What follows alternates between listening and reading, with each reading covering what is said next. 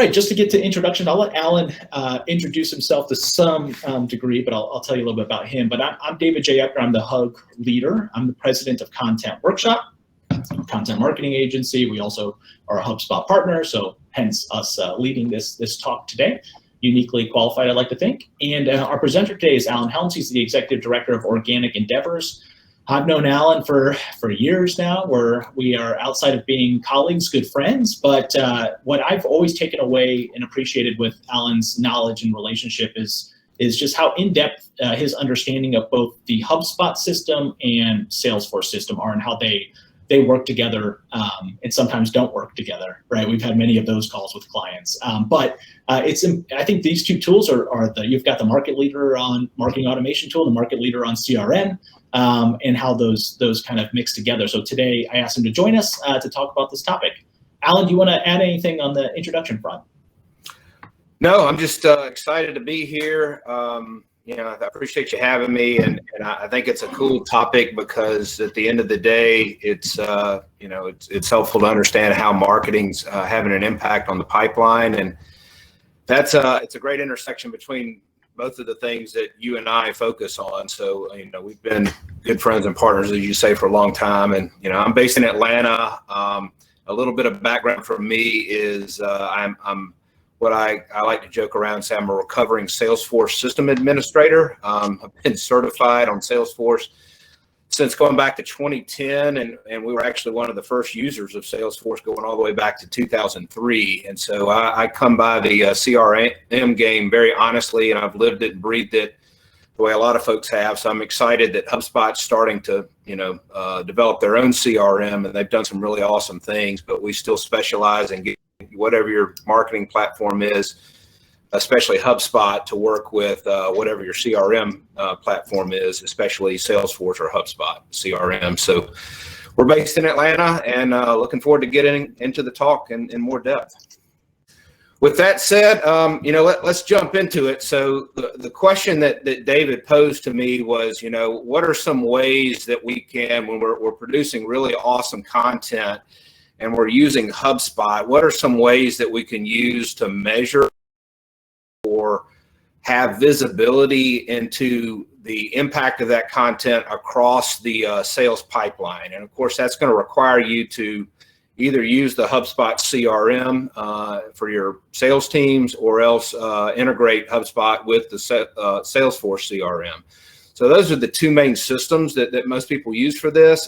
So what I decided to do was focus on four, I guess what people call hacks, little tactics that I use that are pretty straightforward ways to add some additional synchronization between what's happening in HubSpot and what's happening in Salesforce. And the basic idea behind it, of course, is if you run a really good marketing campaign and produce some really good content on the marketing side, you want to be able to see how that's impacting the contacts and the opportunities or deals that are being created from that.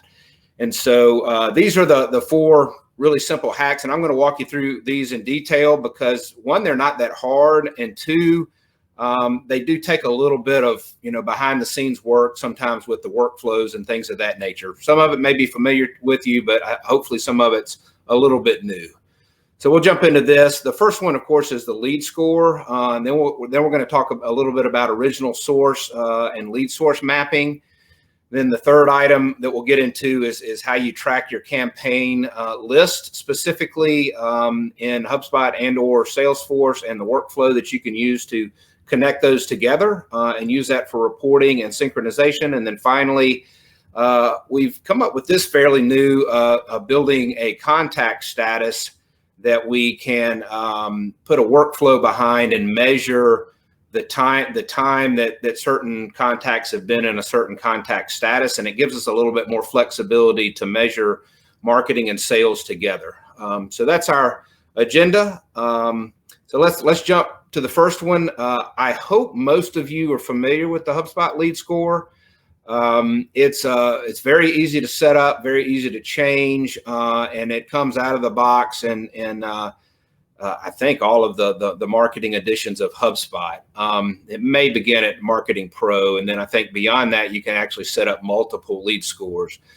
But this is really the easiest and most straightforward way to use HubSpot to measure the interactions that you have between your contacts and the content that they're interacting. And we use it to really create a point value that quickly surfaces the contacts. We don't want to track every single page visit. We don't want to track every single thing that they're doing, but it's really good because you can measure at the individual contact level, which means regardless of how many times that they've interacted with you, how many campaigns they're involved with, how many times they've visited the website, any of that kind of thing, it can all add up, and it's accretive, and it's at the contact level instead of being at a campaign level or at a company level or things of that nature. It's very, very modular and flexible.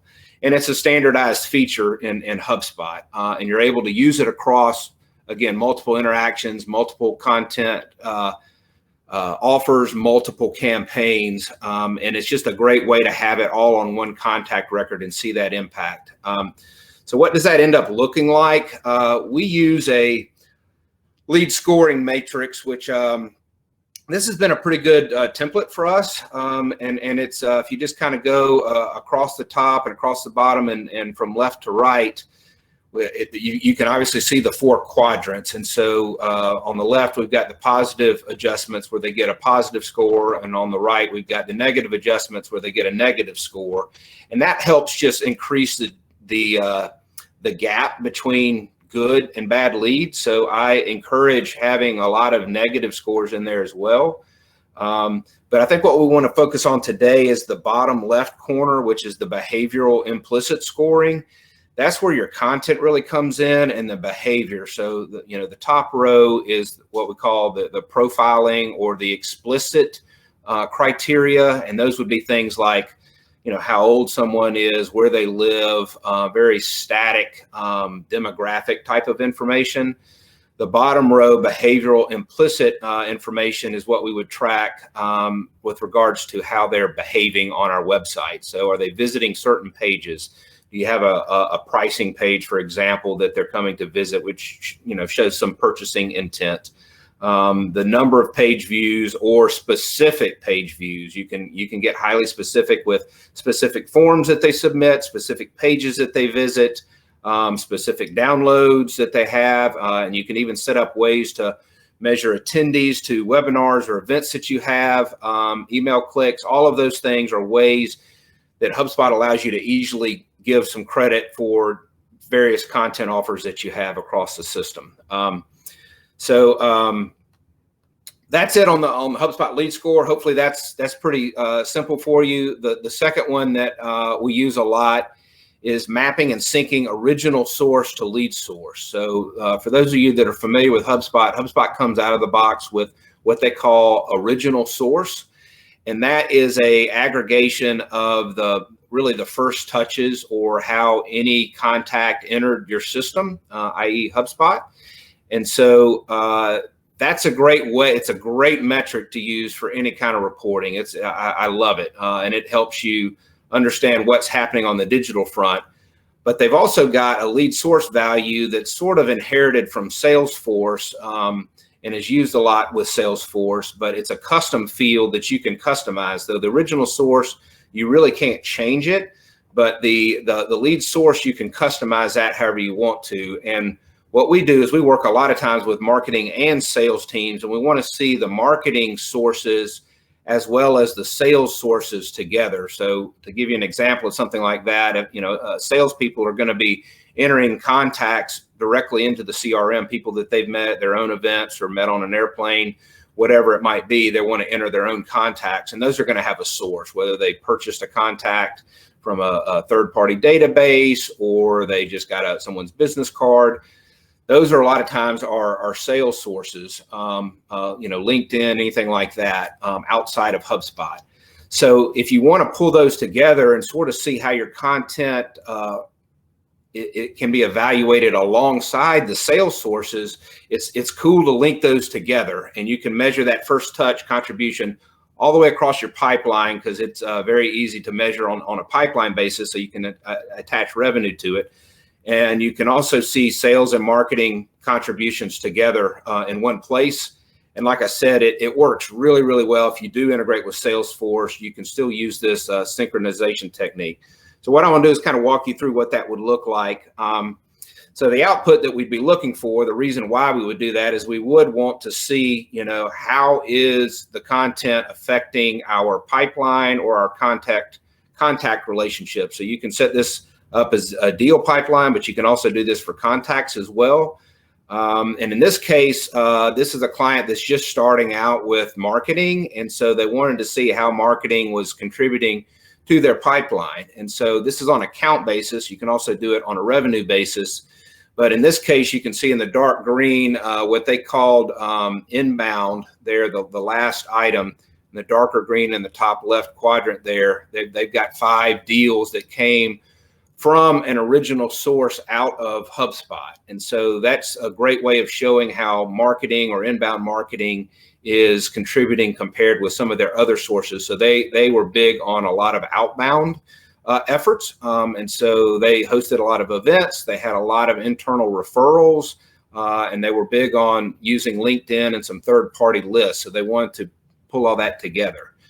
So how would you set something like this up? It's actually fairly easy. If you go into the workflow engine inside of HubSpot, in this case, we simply set up a contact enrollment trigger if the lead source was blank or unknown, i.e. we left that open. So if the salespeople, when they, again, created a contact of their own, they could enter their own lead source that was not HubSpot related.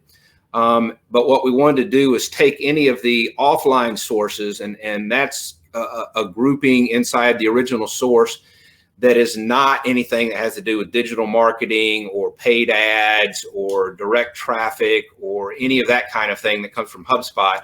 We wanted to take all of those, anything that wasn't an offline source, and map it to marketing so marketing could get credit for every single touch that happens on HubSpot would go to marketing, i.e. inbound.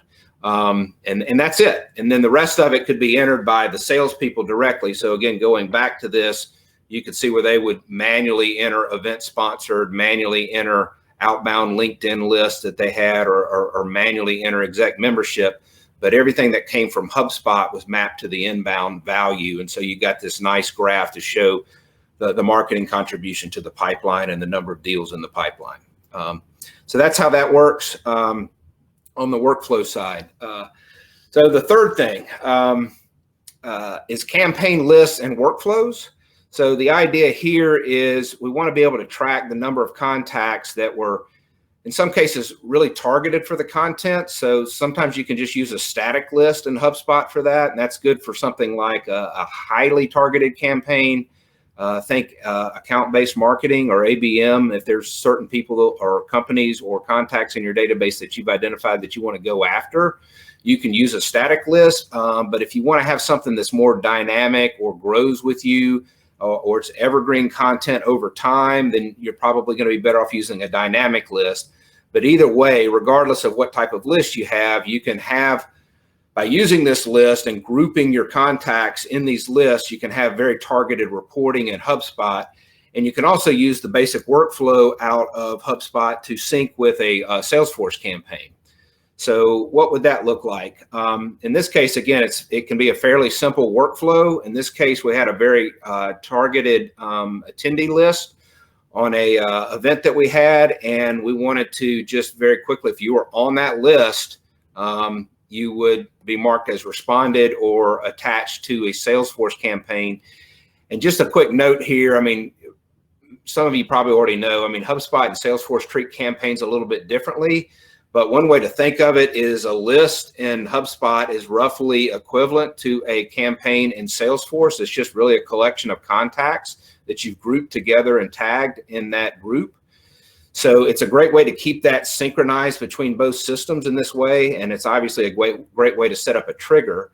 But once you also set up this list, and for example, if there was a campaign or a piece of content, obviously you could attach this list to a specific piece of content or a specific form download, and it would work the same way. And then once you set that list up, you're also able to pull that into the reporting engine on the right-hand side. If you can see that, that you're able to filter for any kind of list, and therefore you can generate a quick report inside of HubSpot to show what's happening with each of these contacts. So it's a great way to track your content or interactions at a group level and keep that synchronized with Salesforce if you're using Salesforce.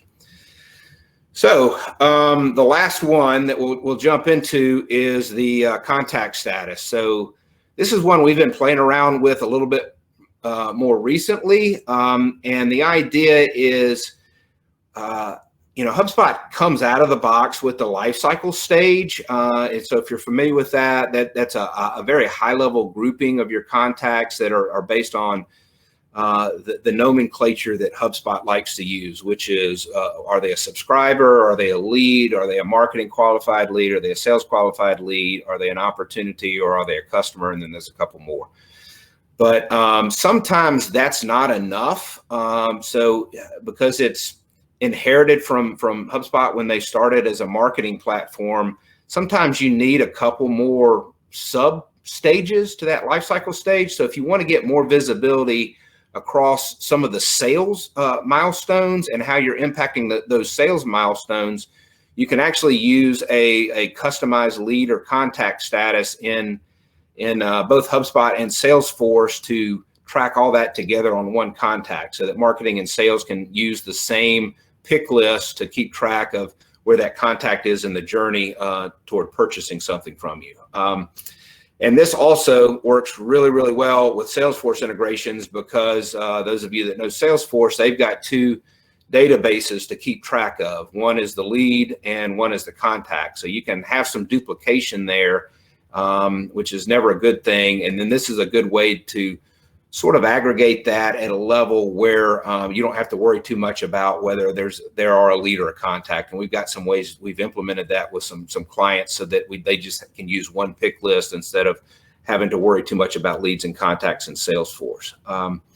So what would that look like in real life? So what I'm trying to describe to you, again, if you just take eight or so major interactions that you plan to have with your campaign or your content. And then on the left-hand side here, we've described those in text. And then right next to that, we've got the life cycle and or deal stage that HubSpot uses out of the box. And so you can set somebody as a subscriber, a lead, an MQL, an SQL. And then, of course, if they move to an opportunity, you've got different stages of that opportunity, which could be discovery, proposal, and then ultimately it's won or lost, and they become a customer. So that's the way HubSpot typically manages. But what I was saying before is sometimes you need a sub-stage. So a great example of that is when someone becomes an SQL, if you use that term to define an SQL as, hey, this is a sales qualified lead that a salesperson has now been assigned to the contact, and they're working to set up a meeting and actually get them qualified. Sometimes there can be 2 or 3 steps involved in being an SQL before you actually create an opportunity or a deal.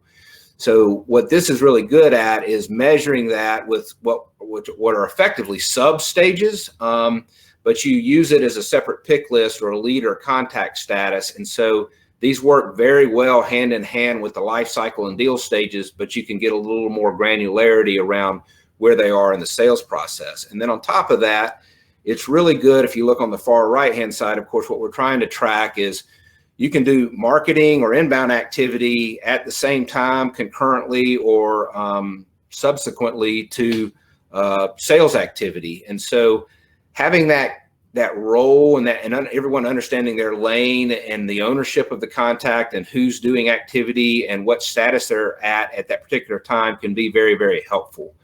So this is sort of an example of a sales process that we would map using a lead or a contact status to help measure your progress in the sales pipeline. So how do we do this? So this, because we're using a custom field, it's actually a standard field, a lead status, but since it's not a system field, it doesn't have a lot of the system measurements behind it. So we had to build a couple of workflows that work together.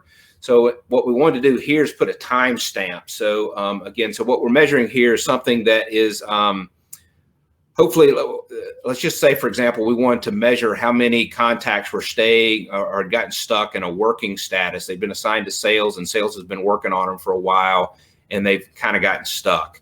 What you want to do is measure the time that they've been in working status. So again, if you go back up here, if we're trying to measure where a lead or contact has been stuck in working status, how would we do that? You go in here and you can create a list that's basically counting, it's re-time stamping the time every day. So this is just going on in the background on every contact. If the time stamp doesn't read today, this 24 hours, it sets you a new timestamp. So this is the quickest and cleanest and easiest way that I found to do a custom timestamp on a contact. And that effectively just keeps that date inside HubSpot that you can use as a reference. And so what would we want to do next? So from there, that's today's date, but we also on the contact want to measure again when they got to working, or maybe some of the other statuses as well. So in this case, we wanted to track 3 or 4 of the statuses and timestamp those as well. And so you can see here how this would work is if it's a new status, then set a date stamp that when they became the new status, right? So we want to know, we know today's date. We also want to know in the past when they became a new status, and I didn't put all of it here, but the same logic goes down for if the lead status is working, then set a date stamp for became working. And so now we've got a timestamp for today's date now and a timestamp for when the lead status became a working status, right? Does that make sense for everybody, I hope? So now we've got 2 dates, and this is a fairly new feature in HubSpot, which they call calculated fields or calculated properties, and it's called time between. And so you can set up an equation to basically say, show me the time difference between today's date, which is our custom timestamp that we used that workflow for, and then the second workflow that we had on became a meeting set, or in our case, it would be became working status. So you simply set up a calculated field or property in HubSpot, and now you've got your numerical value. And at the end, if you wanted to, you can map the lead status. And this is, I'm not going to get into this in detail, but this would be a way to synchronize your lead statuses to the life cycle stages. So if, for example, if they became moved to some lead status, working, meeting set, any of those things that we talked about, nurture, then you would update the corresponding life cycle stage. So again, going back to our description here, this would be a way to map working, meeting set, and qualified DQ all to the sales qualified life cycle stage in HubSpot so that you can continue using that SQL as a reporting metric. So it's a way to aggregate the sub stages to the actual stage. So that's how that works. And at the end of the day, you end up hopefully with something like this, where you can say, okay, how come my contacts are getting stuck in working status? And you can set a parameter out there, in this case, 2 weeks, where the number of contacts that have been stuck in working status for more than 14 days. So you've got obviously a couple salespeople that might be struggling with being able to set up a meeting with this contact. And so you can drill in and find out, why are they struggling? Are they just not knowing what they need to do? Is the content not helping them convert? Are they just having trouble getting in touch with the contact, or is the meeting scheduling software not working well for them? Lots of different things that you can investigate, but obviously this would be a way to potentially see some gaps in your sales process and the way your content is either helping or not helping in that process. So it's a great way to track an important milestone in your sales pipeline in that way. I'll go ahead and interrupt real quick, Alan. I think also that's a great piece on the content side too. I mean, you could cross-reference this by content type, right? Let's say you've got white papers, you've got ebooks, you've got, or blogs, whatever it may be, but you could cross-reference who's getting stalled in the process and what type of content have they already consumed. You might see some correlations there. Then also you can see which ones are actually moving people through the process maybe a little quicker, and how can you then enable your sales team with those tools to help their stalled pieces too, their stalled contacts.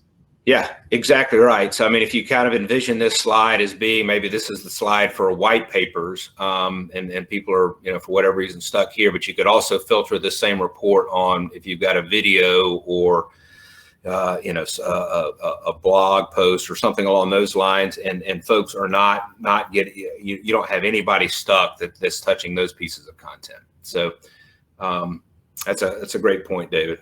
So. Okay, I'm kind of wrapping up, so I don't know if anybody's got any questions. We can end a little bit early if you don't have any questions, or like I said, we've got all these. All this is notated on our website with our a blog posted today, so you can go and refer to that if you've got any questions about that. But anything else, David, that you're seeing in the? Yeah, I've got a quick question just your insights I'd like on this front, because I deal with a lot of marketing teams and not a lot of sales teams, and you deal with a little bit of both, right? Probably more sales than marketing to some degree, but what, from a content front, what are the broad strokes that you're hearing from sales teams? Like, what do they like? What do they not like or not understand? Do you have any initial gut reaction that might be helpful for us as we go to our sales teams looking to pitch certain types of content or field those questions when they're unhappy? Yeah. So, I mean, the number one thing I always go back to is any objections that the salespeople are getting. So, kind of like we were talking about with the previous slide, if they're having trouble setting a meeting, or they're getting a common objection, whether that be, the price of the product is too high, or they've got they're in a tight race with a competitor. I mean, salespeople, the more they can have at their disposal to overcome common objections, those are just gold mines for great places to go for new content that they almost always welcome. In terms of new tactics, I mean, I've seen a couple clients, I haven't done a lot of it, but I've seen a couple clients using some short videos that are really helpful, and some video apps that are sometimes helpful to get a little bit more attention. So that's good. I'd say if you're trying to get and build your contact database, it's really tough to beat a good webinar.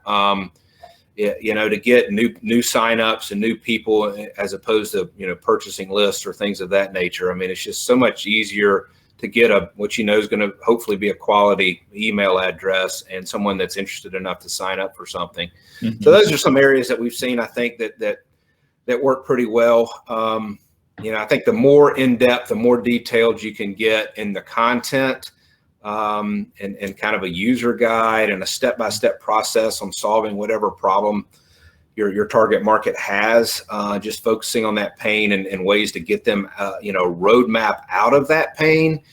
I think that's what people go to experts for, is to, not just talk it out, but say, I need help. I need you to tell me what to do. So just having some guides around, what the next step's going to be, and what we should do, and where that's going to take us and how long it's going to take, and that sort of thing. Just setting expectations, because in every business, a lot of it's about managing expectations. So those are some ideas I think I've run across that in my experience.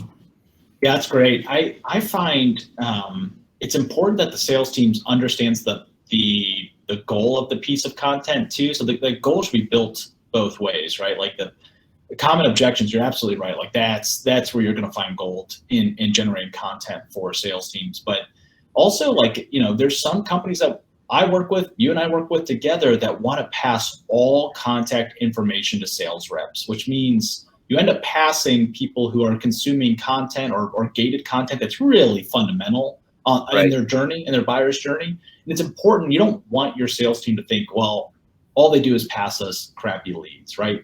So I think it's important that there's some sort of service level agreement between marketing and sales when it comes to content and its purpose and its goals too. Yep.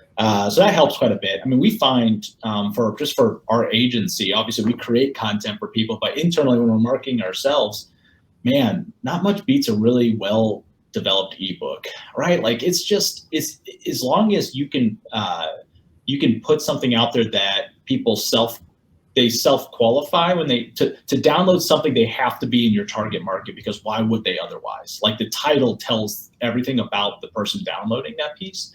that's just been a gold for us too. Yeah. So I mean, we've produced one in all of 2021, one for ourselves. We've been running it the whole year, and the stats are the same the whole year. So I think sometimes as a content agency, we like to produce a lot of content. We do want to constantly produce value, but sometimes those lead magnets, specifically ones for the sales team, spending a little extra time and effort and doing it really well and right, and spending that extra maybe even resources to do it, I think goes a really long way.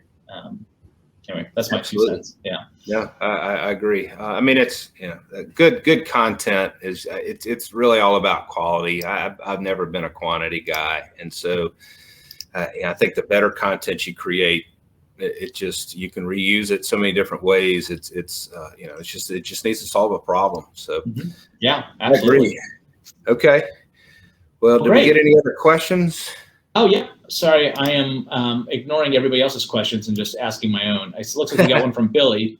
He's asking, based on your experience working with sales, what would you think they would say are the top 3 pieces of content that make a difference in driving results? Sounds like a very familiar question. So I think you guys, I don't know who asked that, but it sounds like I'd answer that the same way.